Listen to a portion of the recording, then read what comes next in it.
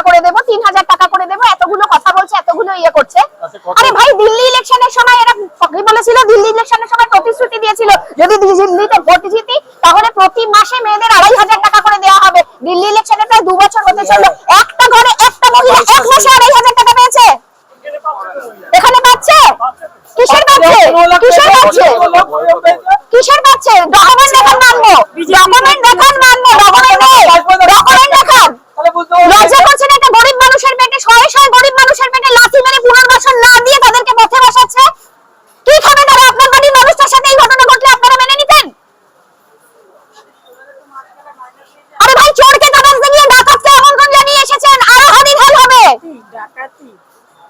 চোরকে দাঁড়িয়েছেন, দাঁড়িয়ে একে ডাকাতকে ডেকে এনেছেন, এতগুলো মহিলা রয়েছে, সবাই জানে কি অবস্থা। যা হবে দেখা যাবে। আপনার বাড়ির সাথে এরকম হলে আপনার ভালো লাগতো? হবে, আপনার বাড়ির